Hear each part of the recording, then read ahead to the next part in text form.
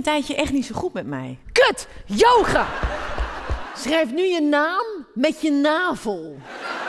Iets van 20 jaar geleden, daarvan doet mijn buik nu pijn. Oh, wat is het fijn om een introvert te zijn. Alle introverten in de zaal, laat je horen! Ik zei, nou, zo is het echt niet, hoor. Het is veel erger. Jij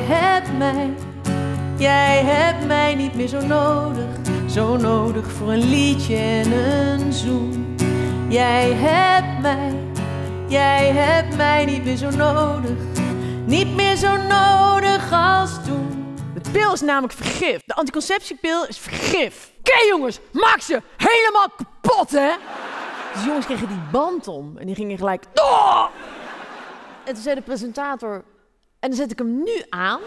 Oh! Oh! Maar jullie kunnen gewoon met iedereen op kantoor flirten.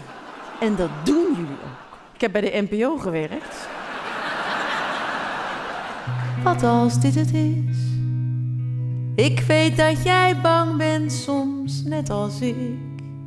Wat als dit het is?